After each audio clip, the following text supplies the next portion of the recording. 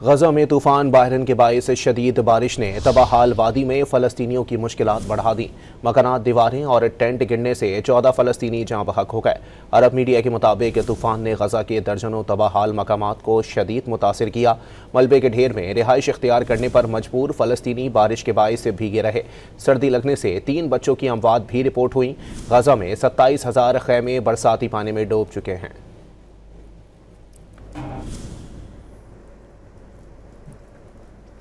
गजा में तूफान बाहरन के बायस शदीद बारिश ने तबाहाल वादी में फ़लस्तीनियों की मुश्किलात बढ़ा दी।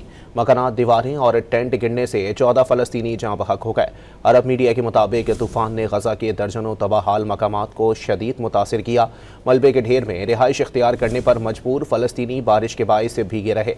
सर्दी लगने से 3 बच्चों की अमवात भी रिपोर्ट हुई। गजा में 27,000 खैमे बरसाती पानी में डूब चुके हैं।